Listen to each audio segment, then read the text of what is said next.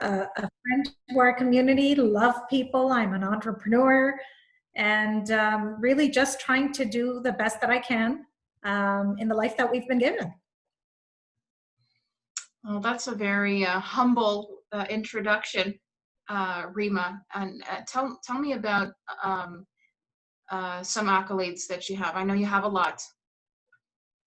Well, I started a recruiting firm when I was 23, Yeah. and I think that venture of mine is probably something I'm most proud of. I started that at a time when I really didn't know much about being an entrepreneur. And by the time I was 25, in the year 2000, I was featured in Maclean's magazine in an issue titled 100 Faces of the Future, 100 Young Canadians to Watch Under 30. So that was absolutely something that I didn't expect to happen when I started my entrepreneurial journey, but it did, and it absolutely has transformed. It shaped what my life turned out to be, and kind of the direction that I took from that point forward. And that's something that was fun. It was to be 25 and to get that kind of recognition, and then to continue to grow the business that I had. It was great. It was great. It was young. I was young, and it was a lot to take in, but I'm super grateful for that. So you had a strong work ethic since you were young, and you did tell me a little bit about your upbringing in the past. It wasn't always easy. And no. I think when people see you now, I mean, you just, are a highly successful lady, but often people don't realize what it takes to get there.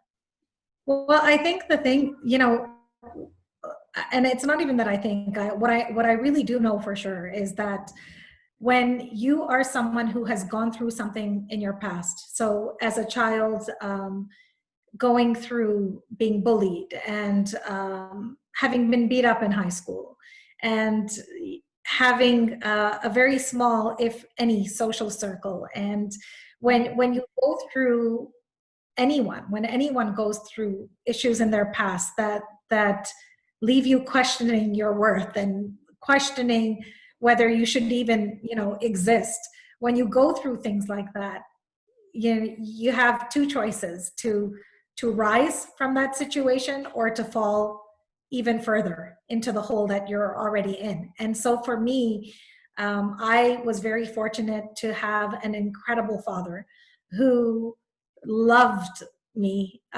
He loved me too much, and with that love, I was able to see myself through his eyes versus the eyes of others.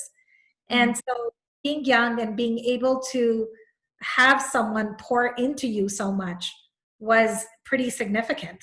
And that's what really helped me grow into who I am today. So you always talk about the work ethic that I have, and I'm going to make a goal for myself. I'm going to pursue it, and I'm going to reach it. And if I'm not going to reach it, I'm going to die trying. Like, I am absolutely going to go for it.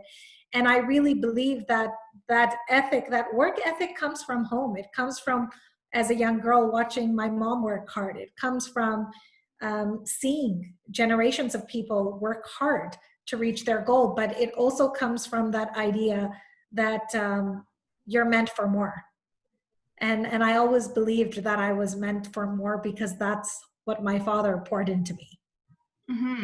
Well, that's really wonderful to hear that you had such a great dad and such a great support. And well, how do you think you would have developed if it weren't for your dad's affirmations after going through such a rough past?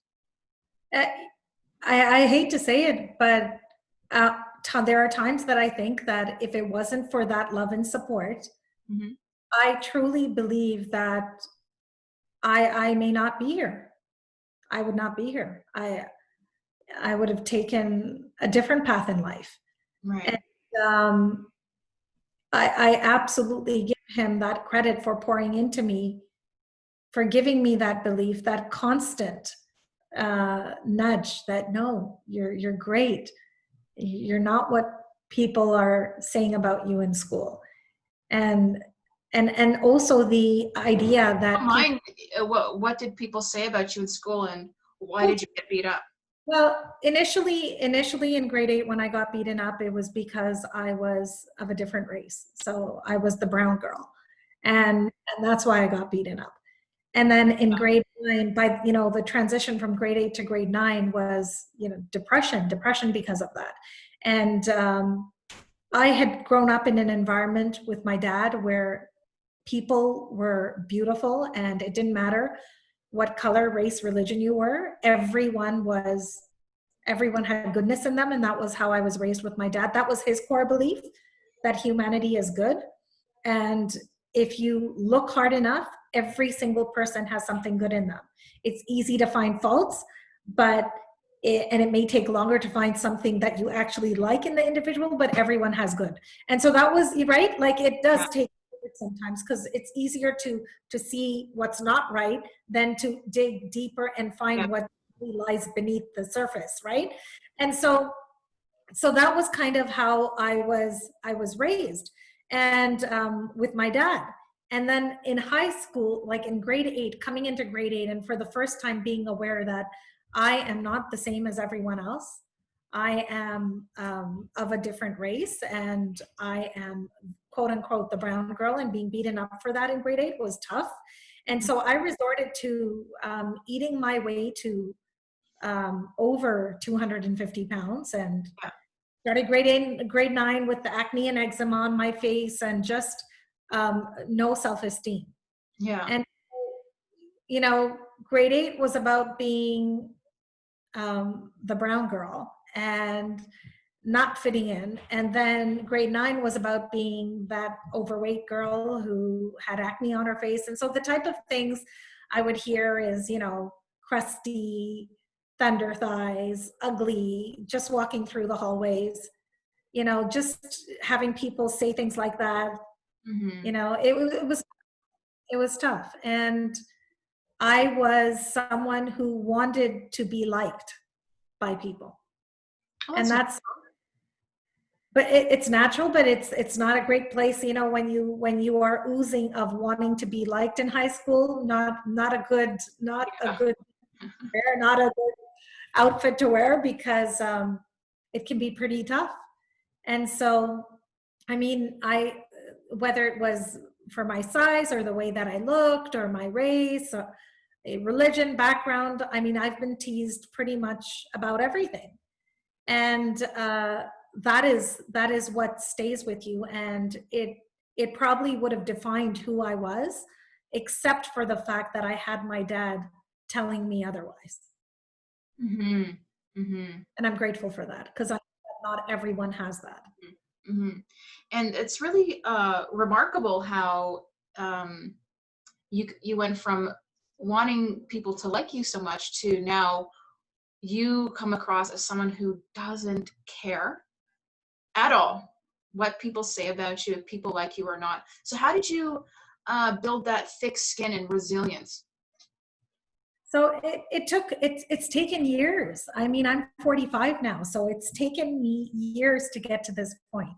And I can't say that I don't care, because when someone says something unkind about you, absolutely it may affect you, for a while. Mm-hmm. But I have come to the point where it doesn't impact who I am, because I feel that when someone says something unkind about you, it's probably because they're coming from a place of hurt Right. themselves. I don't believe that a kind person is going to say like an unkind thing. A person in a good place is going to look for that. So I really have come to a place where what you think about me is truly none of my business. And why? Because what I think about myself is the most important thing. I have to love myself. So how I shifted from wanting to be liked and wanting to be accepted, I changed that, because I realized externally that's not where you need to be looking. You need to be looking internally.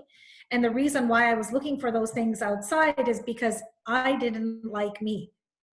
And what I've learned is that you have to love yourself, accept yourself for everything that you are, the good, the bad, the ugly. Like, you have to really be okay with who you are. And the change came because I started looking at myself, and what I didn't like, I tried to improve or change.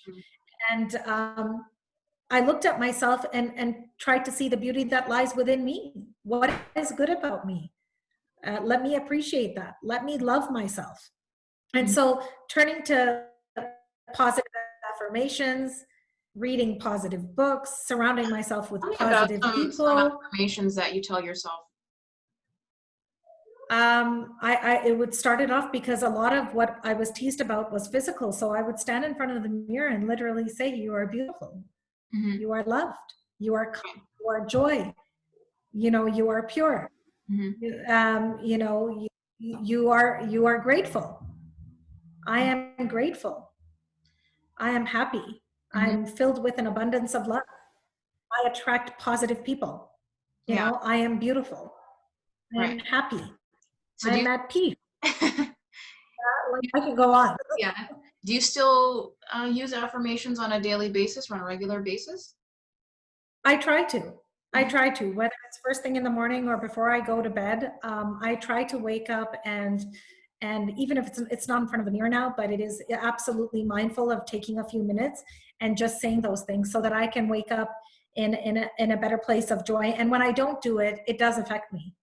It does affect me. I feel that I'm not the best that I can be. Mm-hmm. Mm-hmm. And nowadays, because I am someone who is recognized in what I do professionally, and I do things within the community. And so what I really work on now is to be the same person inside my home that I show up to be outside.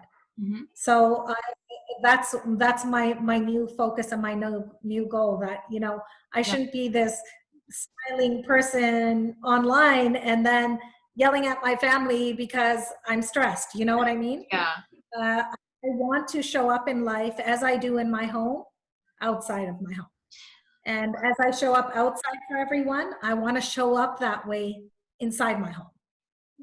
Well, I think that that takes a lot of integrity, and um, it sounds like you want uh, real success. To me, that's someone who wants a really full and meaningful, integral life, and that's always been attractive to me. Now, I want to talk to you about your ruthlessness now, because you are a very interesting person. You're very genuine. You have all this positive energy, you know, um, in everything that you do.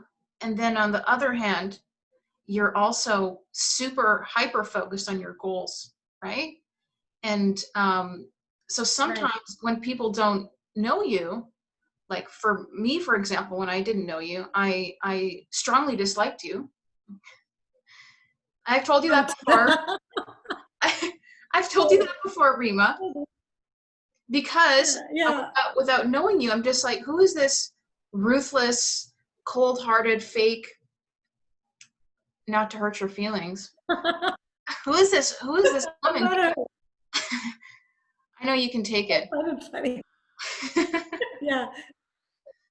So you got to tell me more. You got to tell me why you thought that. Okay, so because you were just like um, posting all this stuff about your work, right? And Right. I think you had made me like an offer, or like wanted to talk to me, and I was like, no, I don't know you, I don't like you. I was just like really like, don't talk to me. You know, you're just a scam artist trying to play on women's vulnerabilities and say that they're beautiful when they're, you're going to sell them the snake oil stuff. And then you kept asking me, even though I rejected you, and you kept at it and you kept at it. And it's like, no matter how many times I said no, you were still nice to me. Even though I think I was very rude to you, you responded with positivity, and you continue to reach out. This happened over a few years, Reema, until I was like, okay, finally, let's have a phone call. And then when I talked to you on the phone, I was like, oh my God, this woman is for real. She's actually just a genuine person who actually believes in what she does. And whether you like her style or not, she's going to continue pushing to do what she's doing because she knows that it works. So Right. yeah, please tell me about that. And like, I'm probably not the only one that has given you this feedback, and it's not easy feedback to receive, right? No, you are the only one who's given me this feedback. I appreciate it. Like, I appreciate it. Because I've never been called, cold or fake or whatever. But you know what? I love it, because maybe that's what's seen, and I can understand it to an extent, because you know I'm an independent consultant, and with with a with a health and wellness business. Right. And part of what I do, health, beauty, well-being business, I should say, and part of what I do is I share the products that we have. I share the opportunity we have. It's something that I've been doing for the last 10 years. I absolutely believe in it. It's something that's helped me personally to grow into a better human being, I feel, being surrounded within the culture that I'm in, and just the people that I'm surrounded with. And having been a person who has gone through the physical, abuse, and just, in my teens and my tweens, and stuff that I don't even talk about, just having gone through a Yeah. lot of stuff in life, one of my biggest passions in life is to empower women. Mm-hmm. Empower women regardless of who they are. And the way that I've aligned myself with this opportunity is by being this independent consultant. Is I've aligned myself with a brand that really speaks to the values of what I hold true. So I believe in, being able to have flexibility in life, and being able to do something that not only benefits you, but that can benefit others. And I really believe that empowering women to be their own person is so important. And that's what I do. So having approached you, I mean, I don't even remember being rejected by you so many times, but I know I had you on a list. And I know that seeing what you were doing in the world, trying to make your mark as a woman, and just trying to do these beautiful things that you've been able to do with your life, I knew that I wanted somebody like that along the journey that I'm in. And so even though you said no, I didn't take it in a bad way, because people say no for two reasons. They say no because maybe they have a full understanding of what you're doing, and they're saying no to your product or service, right? Or to the opportunity, or they say no because they fully haven't understand it yet. And I know that when I approach someone initially and they say no, they haven't given me the opportunity to share who I am and what it is that I do. So I know that the no is coming from a place of not really knowing Mm-hmm. what I'm about, what Yeah. it is that I'm actually offering. So if you say no without having had a chance to listen to me, I will approach you again, unless you say, I never want to hear from you again, and you never did that.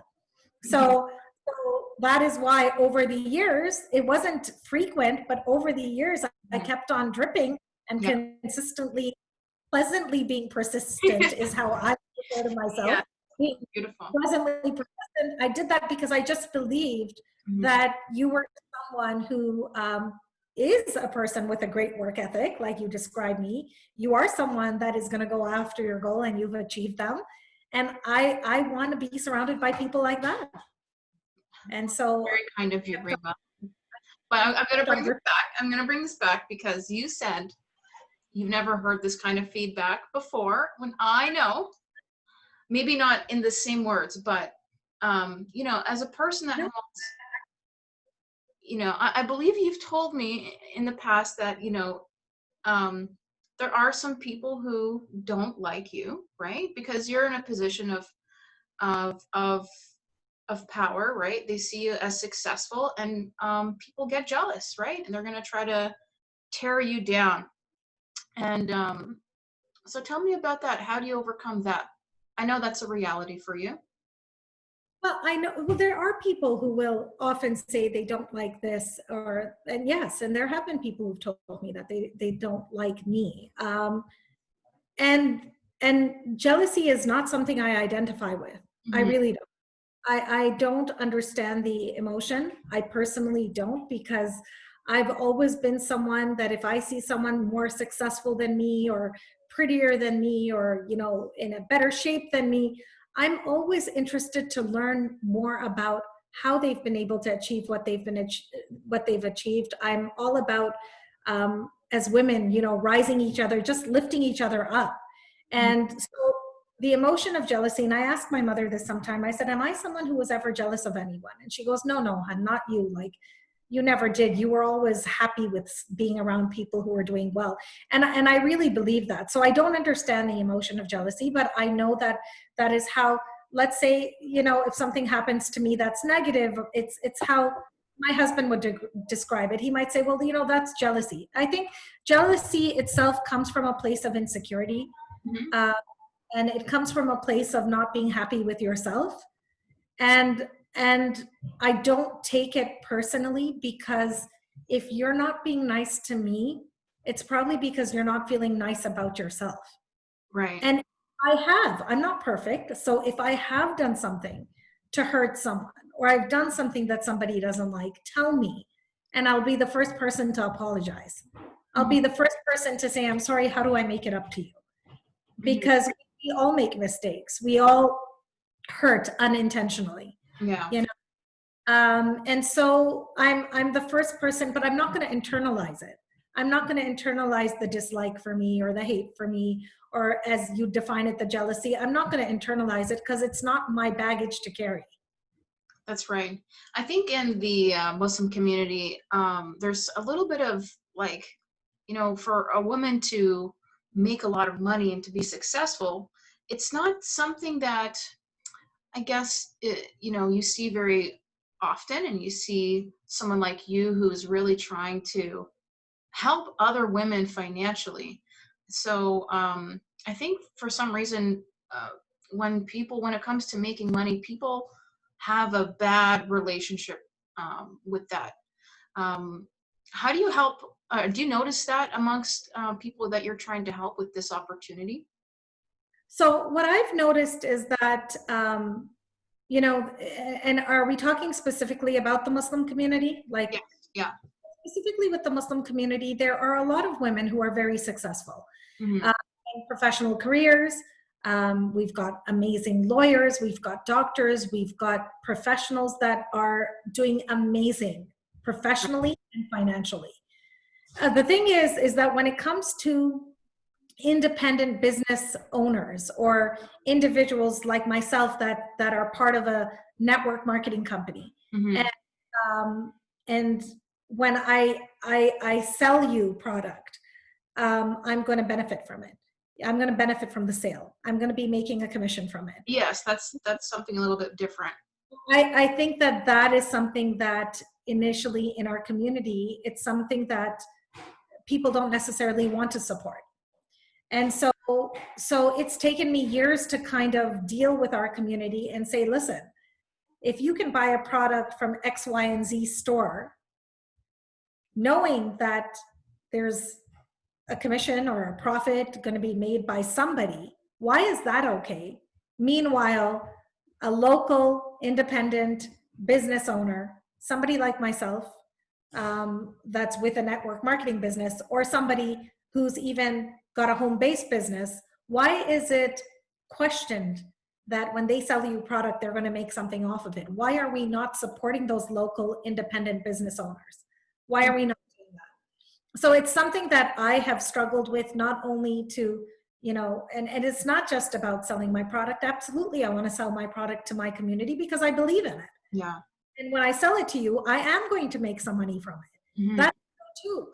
But what I have, but the question is, why is that not okay? Why is that not okay for me to make money from products I'm selling? And why is it not okay for someone who's got a home-based business, not a storefront, selling, clothes from their home? Why is that not okay for them to be earning from it? Why do they have to give it to you at cost price? Why can't they earn? So those are things that I feel that we need to educate, because we should be supporting local. We Yeah. should be supporting our community members like many other communities do. Mm-hmm. But in my case too, it's not just that I have an opportunity where I'm selling products, but you can also become part of my team. And by becoming part of my team, you can also do what I do, and that is sell products and make your own commissions.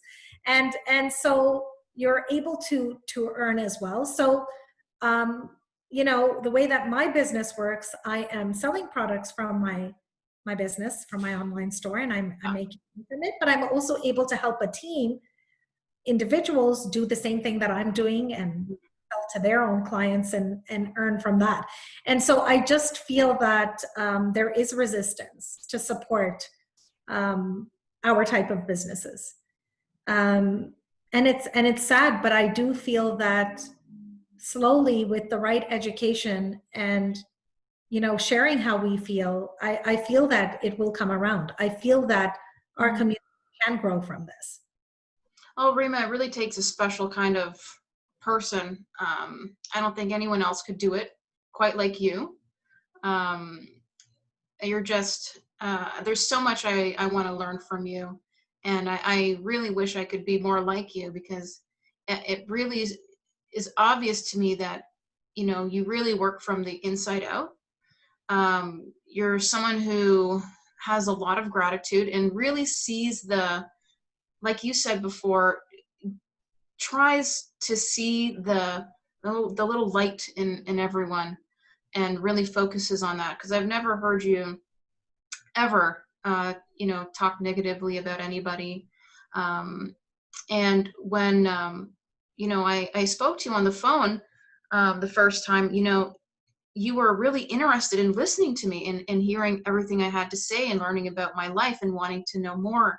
And you had a lot of care in your questions. And that was something that really surprised me, because usually when you talk to salespeople, they typically do not show that amount of care. And we weren't even really on a sales call. It was just a chat, you know what I mean? But I know if I wanted to talk to you about anything, that you would be there. And that's really, I think, rare for someone like you to really give her time whenever you think it's needed. Well, I also think that if you don't have a genuine interest for people, and a genuine care for people, then you are going to come off as a pushy salesperson, and I don't like being sold to. So even though I am in the profession of selling, all right, because I'm selling products, even though I am in that, I don't like being sold to. I like being understood. Mm-hmm. I like having a connection. Mm-hmm. And sometimes I just like, going in and getting what I need and getting out. Like, I don't want to be oversold. I don't want to be, I don't want you to add on to what I need. I just need what I need. And so I think you have to understand people. And so I like to discover who people are. So even if you are going to become a client of mine, I'd like to know you. I mean, I'd like to know what you're about and where you're from and what's important to you. And by understanding you better, what I do might be a fit for you.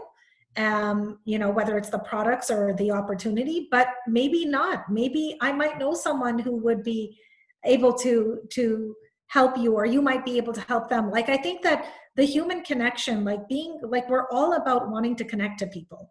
We're all looking for meaningful relationships in life. Mm-hmm. And so I don't make what I do as part of who I am as an individual. Empowering women is kind of a mission that I have. And I'm not going to empower everyone by selling everybody what I have, because maybe my products isn't like, I mean, I do believe it's for everyone, but maybe it isn't. Maybe it isn't for you. Maybe you don't want it. So I think that the human connection, being able to connect with people, build a meaningful relationship, and taking it from there, I Mhm. may end up buying what you're selling me versus me, you buying what I have. Do you know what I mean? Like, you just never know where it's going to go. So I feel like with every interaction, you have to go in wanting to understand people better, wanting to really discover who they are, what makes them tick, why they are the way they are, and then from there, just letting a relationship organically grow. Mhm. And that might turn into business. It might turn into a personal relationship. You just don't know. Mhm. Mhm. Well, that takes in my opinion, a lot of courage. It's not something easy, but now that we know a little bit about you, obviously it's not, your first time in the rodeo. You're someone who has been through a lot, and you know, has come out better, um, instead of bitter, which a lot of people, do feel. So I think, you having, I feel like you are like giving people what your dad gave you, you know? And I take that as the biggest compliment, because I am not as great as my dad was, but my I absolutely, one of my purposes in life is to live the legacy he left behind. And I talk about him a lot in my social media posts and things like that, because I just feel like the world should know him. He was someone who we lost too soon, Mhm. and he was a lover of people. He just saw light. I mean, I really can't recall even once. I had 29 years with him and 29 years with my dad, and I cannot recall once that he ever said something bad about someone. I cannot recall. I just cannot recall. Wow, that's amazing. And that is, to me, incredible. And I just want to live the kindness, the compassion, the care that he, like, I want to be my dad. I want to walk. I can't be him, but I mean, I want to walk in those footsteps for sure. It's easier. Mhm. It's so much easier. It's so much lighter being filled with love and like and positivity and joy. Mm. So much darker, it's deeper, it's just so, it's heavy, it's a burden to be filled with hate and Mhm. dislike and anger. And believe it or not, I'm someone who's had a wicked temper. I've had a wicked temper for a lot of my life. And it took me years to understand where that anger was coming from, and it was rooted in a lot of things that happened in my childhood and my teenage years, and I was carrying that with me. And until I was able to deal with my past, I wasn't able to get to a point where I could be okay with who I was in the present. Mhm. So And what I'm did you do to overcome those things? well, I absolutely, I went for therapy. Okay. So I've seen a therapist once a week for a few years now, and that's something that I did, and it helped me discover, really discover my past and how that was showing up, and the idea that sometimes the way we react to things is, I mean, I may react negatively to a situation because it feels like something that I experienced in my past. So how we show up today and react today may be because it feels Mhm. familiar. It feels similar to when you were being bullied, or it feels similar or familiar to when I was being beat up. So when those feelings come to the surface, you tend to react the same way. So I had to understand that about my past. I Mhm. had to understand where that pain, I had to deal with the shame and blame and the guilt of it. And it's still something that I struggle with, but it's something that I've had to deal with. So um, yeah, I would love to be like him, and he was filled with joy no matter what was happening in life, he was happy. Oh, sounds like an incredible person. Yeah. Just like you, Reema. Well, thank Well, you. thank you so much for your time today. It was very enlightening, and it's always such a pleasure to have a little bit of time with you. Do you have any closing golden nuggets? Anything that, any drops of wisdom for young and young women who want to do something more with their life but aren't really sure? Well, I think it's really important I've always told people that make a list. Get a piece of paper, put a line down the middle, write down the things that you love about yourself and the things that you're not so happy with. Okay. And so what are your positive attributes? What would you consider opportunities for growth? I mean, some people would call it your weaknesses, but I don't believe that we have weaknesses. I think that everything that shows up as a quote unquote weakness or negative is an opportunity to grow, an opportunity to change. Yeah. And so I think that people, like young people, make that list at a young age. It's something I did it much older, but whatever you like about yourself, amplify that, share that, grow that side of you so that it is something that's shared with the world, because we all have something good in us. But whatever you don't necessarily like, work on that. Read the books you need to overcome these hurdles so that it can become opportunities for you to grow into the person that you're meant to be versus something that you're ashamed of or something that you don't like. Mm-hmm. I think that, start with a list. And I think that is something that's Oh, important. wow. And at the end of the day, love yourself, because Yeah. nobody's going to love you more than you can love yourself. And you can't pour from a broken cup. And if you're broken, if Mm-hmm. and if there's no love in there, you can't give, and you can't receive either. So you need to really love yourself. Very a simple but tough task from Reema, which I think I'm gonna make an attempt to do myself. I'm gonna have a long list of dislikes and maybe I'm just kidding.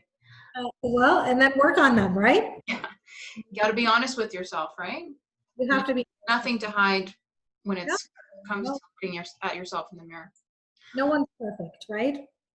Well, you're absolutely right, Reema, and thank you so much again for your time.